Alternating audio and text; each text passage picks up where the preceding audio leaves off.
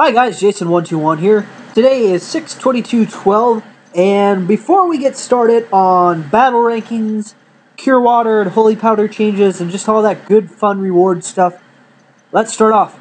Do not post your referral codes on the comment section. Doing so will result in being blocked and being reported. Thank you. Alright, now that I've dealt with all the douchebags, let's move on. So, battle ranking. There's been a couple changes to the way Rage of Bahamut is being played. In my opinion, for the better. Let's start off talking about Cure Waters and Holy Powder changes. There is something now called Personal Holy Powder and Personal Cure Water. Now, these are non-tradable items. They act exactly the same way as normal Cure Water, normal Holy Powder, but you cannot trade them to other players. What I think will eventually happen is all rewards will be changed over to these personal cure waters, to these personal holy powders. Now, what does that change in the game? That means that you will have people that are willing to trade much, much, much more for cure waters and for holy powders because of the supply and demand economic side. They're going to be wanted a lot more. There's going to be a lot less in them. Of them in the game, so unless you go out and earn them or unless you go out and buy them, they're going to be damn near impossible to get. So, that being said, if you have a lot of these, hang on to them, because the price of Cure Waters and the price of Holy Powders is going to go up. How much, I don't know. Until it's really implemented into the game, there's no way of telling. Now, one other thing that I like to see happen, because you have people that have multiple accounts, that's probably why this is happening. Some jackass decided to abuse the system, create a whole bunch of accounts, getting all those free cure waters and holy powders that they give you at the beginning of the game to get you kind of addicted and involved and, to make you actually spend time into it and have something invested into it. Or trading all those goodies over to their main account. Now, there's some guy named Daryl69 who has something like 89,000, Holy War points, not Holy War points, but just points from the new battle ranking system, okay? And that's damn near impossible. I've been spending all my frickin' battle stamina, all my attack points and attacking every single hour that I can, okay? Getting as many points as I actually can, attacking some people that are 5 to 8 levels higher than me, okay? Taking that big risk. And I'm only getting like 900 a day. I'm level 90 in the game. I have really good cards in the game. And I'm still only getting like 100 attack. Spending 103 attack power per time. Sometimes getting like 150, maybe 200 attack. I'm barely able to break 1,000 a day. So, using Holy Powder, you figure maybe 200, 300, maybe if he's really, really high. Which he's not. 500 points Holy Powder. You're talking over 200 Holy Powder a day for just a few points. This guy got 89,000. Now, if you look at some of the maintenance that Rage of Bahamut management has done, is they actually did what's called a rollback. They did a 30-minute rollback, gave players an extra 2 free personal Holy Powder. I think to kind of correct that, and I think that they might ixnay some of the points that were earned during that. I think somebody somehow was exploiting a bug. If you know about that, go ahead and post that in the comments below what was going on, because I'm pretty sure that the viewers would really appreciate that, and I'll try to comment on that in my next video. But, there's always going to be some jackass that ruins it for everybody else. And talking about battle ranking, it's a neat idea. How the rewards work is you earn those points at the end of the week. At the end of the week, you get gems, depending on how many points.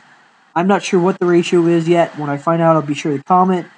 And you spend those gems on items such as Cure Water, Holy Powder, Magic Circles, which I'm not a big fan of. I'm sure somebody has really good use for them, not me. Card packs, which starts to range up into the SSR and up. So, basically getting into that legendary status. The really good cream of the crop stuff. But it's like thousands of gems. So who knows how many gems you're going to get per 100 points. I doubt it's going to be very good unless you spend a crap ton of points in this. There's also a rank and a title system where if you rank in the top 500, 5 times in a row, so I guess it's 5 weeks in a row or maybe 5 days in a row. I'm not sure if they're going on a weekly or daily basis. You get a reward of an elite card or holy powder or, something kind of common like gold dragons. Sometimes you get those exclusive items. Pretty good shit. Now, that being said, it's a fun way, in my opinion, to kind of enhance the battle rating way. Because once you get those treasures, and once you get so many hundreds of thousands of rubies, attack doesn't really live up to its name unless you're doing events. So when events aren't going on, in my opinion, which I know there's going to be people that disagree with me, it's kind of a worthless skill. Invaluable when events are going on, when you get those exclusive, rare, top-ranking cards. You want as much attack as you can get. Attack as many times as you can. Especially since the system's kind of built around you have to buy more and more and more holy powder to rank in the top rating systems to get those exclusive cards, especially when you're borderline like I was last time. That being said, I think the idea behind it was to get people to actually buy more holy powder, prevent unfair trading, from these, what's the word I'm looking for? These grinder or botting accounts transferring over these legitimate accounts. That I don't like about the game. What I do like about the game is people that are me, like generic players, just log on, don't really want to spend any money. If I do, it's going to be very little. Just, you get something a little extra. It adds a little bit of sweetness, that cherry on the top. So, I hope that gives you a good idea about the battle ranking system. I still want to see events. I care more for like Roar of the Dragon events than Holy Wars and this battle ranking one. I haven't been around enough to see any other events. I think it adds a little bit more charisma to the game. I hope it doesn't change it for the worse. And speaking of preventing those mass trades from all those other micro accounts into your main one, I hope they have a value limit of how much value you can have traded to you for free. And what I mean by that is every card has that sell for ruby value, okay? Like Gold Dragons is 30,000. I want to see a max cap trade for incoming cards. That way you can't have one account getting a crap load of feeder cards, and you can't have an account that gets a crap load of pure waters for free. To kind of level out that balance and implement a trade limit. Now, I know that that's going to kind of peeve off some legitimate players. There's issues of, I have a new friend, I want to give him some free stuff. And there's got to be a way to work around that. And I think a probational period for a new account of, who gives a crap, like 30 days, I think is long enough. Of 100,000 rubies every couple hours. That allows you more than enough free stuff to give your friends. And in the same sense, it keeps one account from getting way too much, way too soon. That's my idea. I hope that they do something like that in the future, especially for legitimate players like me that only have that one account and rely on loyal viewers like you to help me out when you can. And I'm not asking for give outs, I'm asking for fair trades. Or if you want to give me a gift, hell, I'll take it. If not, I'm not forcing you to, okay? But what I like is that referral code. When people use my referral code, that's what motivates me to keep making these videos. But you know what, guys? I babbled on long enough. Let's talk about those rewards a little bit more, okay? We'll go back to Angelic Knight. Gold Fox. This is one of the cheapest exclusive event cards. It kind of has like a Siegmund effect or a Gladiator effect. Excuse me, I always get those two mixed up. Or it's a medium hit to foe's defense. It maxes out at like 11,000, so I think it's slightly better than Gladiator. It's right around that. You get 4 of these for 80, 80, 80, 80. So 320 gems. Is it worth it? Who knows? Am I going to buy it? Probably not. I think somebody that needs the God version of this, it could really benefit their deck, especially if they get one that does this for demons, one for gods, and one for man, and then they got like a couple a couple Valkyries or some other big God boosting attack card. It could definitely benefit their deck when they're attacking. Will I use it? No. Is it a good card? Yeah. Just something that me personally, I'm not going to use. Athena, this is like the, good God, like 2,000 or some odd gems that you need. Aegeus, you know what? I'm not going to even try to enunciate that. But it's a massive hit the foe's attack all. So this is kind of like the Satan version of the card. Hell yeah. I mean, if you can get these, put them in your deck. If you could get 40 of these suckers, you know, you've got them made. Will you? Unless you like that Daryl69 guy. I don't think so.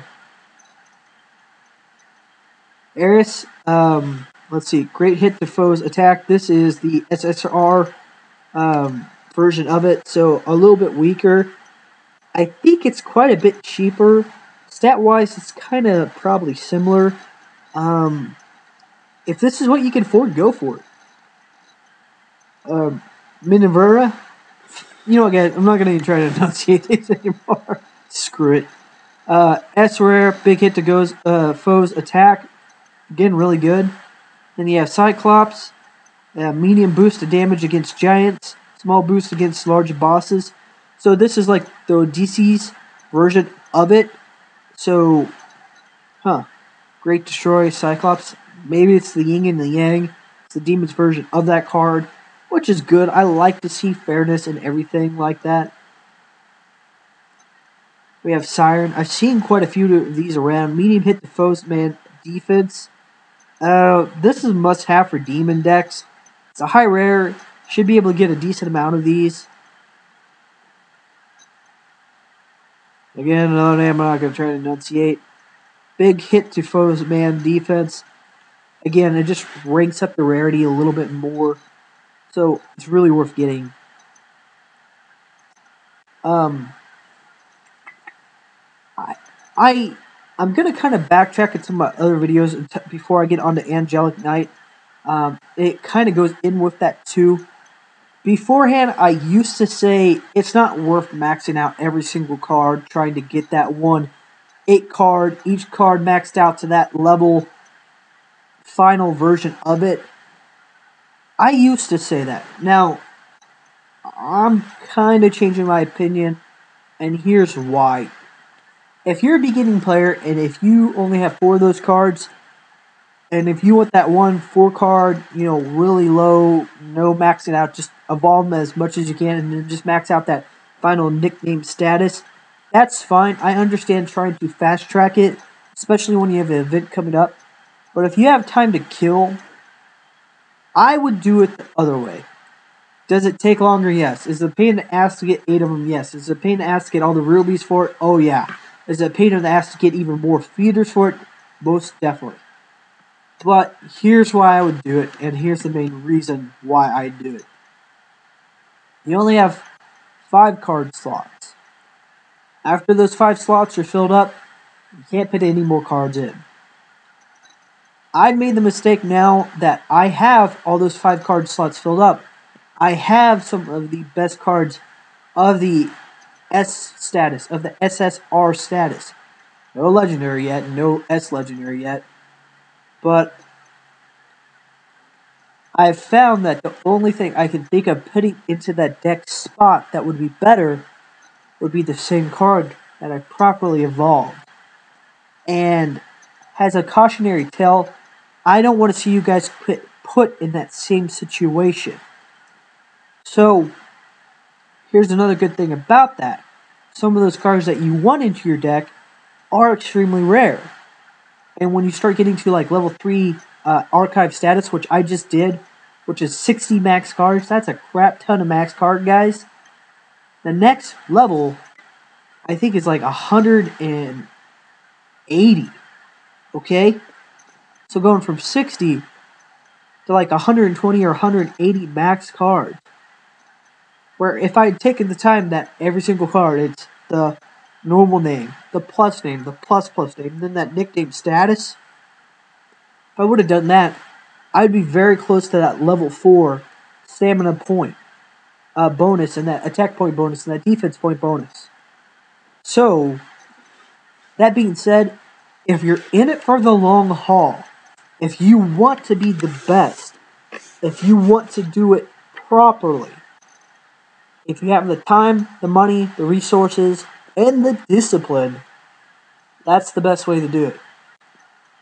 Will I start to? I'm going to try. Okay? But it's just like discipline with everything. Everybody falls off the bandwagon every once in a while. So, that being said, multiple accounts. I've seen this in other games. I don't really approve of it. But if you were going to have 2 accounts, or if you have a family member that has an account, this is probably the best, quote-unquote, pure deck I've ever seen. Get these Angelic Knights, get 8 of them. Max them all out to level 40, okay? Then you get your properly evolved the Judge Angelic Knight, which has a really good attack power and a really good defense power for its power level required. Try to keep yourself pretty low level and put everything into attack power, okay? By the way, make sure that your Realms is God for that extra 5% boost. Make sure that you join a good order that gives that 5 or 10% boost in churches, okay? And just do that 35 more times. Or, yeah, because 8 times 5 is 40. So do that 35 more god-awful times. And if you have 5 of these suckers and maybe a Valkyrie put in with it just for that big god boost, guys, this is probably one of the most powerful decks for the cheapest amount of power required that I've really come up with. Now, I'm welcome to ideas. If you know of something better, post it below. Because honestly, Angelic decks are kind of hard to get hold of because they are only those, what's the word I'm looking for? Referral code based cards, okay? But yeah, that's just kind of finishing up this video. Remember, hang on to your cure waters, because I really think that just the personal cure waters and personal holy powders come along.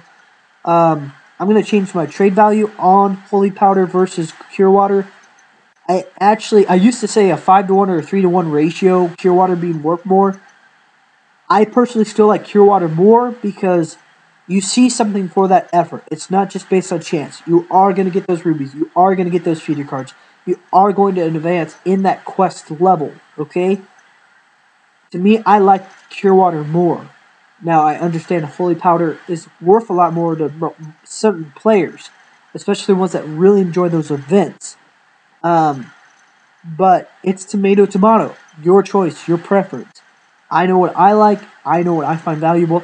I like the certain thing.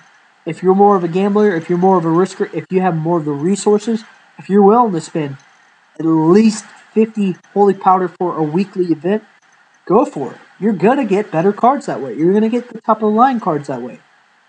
But that's not me. So guys, I'm going to go ahead and end this video. I'm going to pop up my little thing here.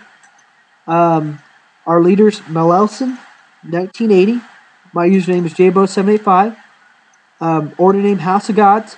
Referral code, please use that if you are planning on making a new account, or if you're planning on joining Rage of Bahamut, RUM26800. Gets you a rare card, gets me a rare card, everybody's happy, gets you 100,000 rubies, blah blah blah. Watch any of my other videos, tell you what the hell I'm talking about. But thanks a lot, guys. Thanks for tuning in, and be sure to tune in next week for hopefully my new video. I'll try to come out with one of these every week, even if it's just on something like, what's my card of the week?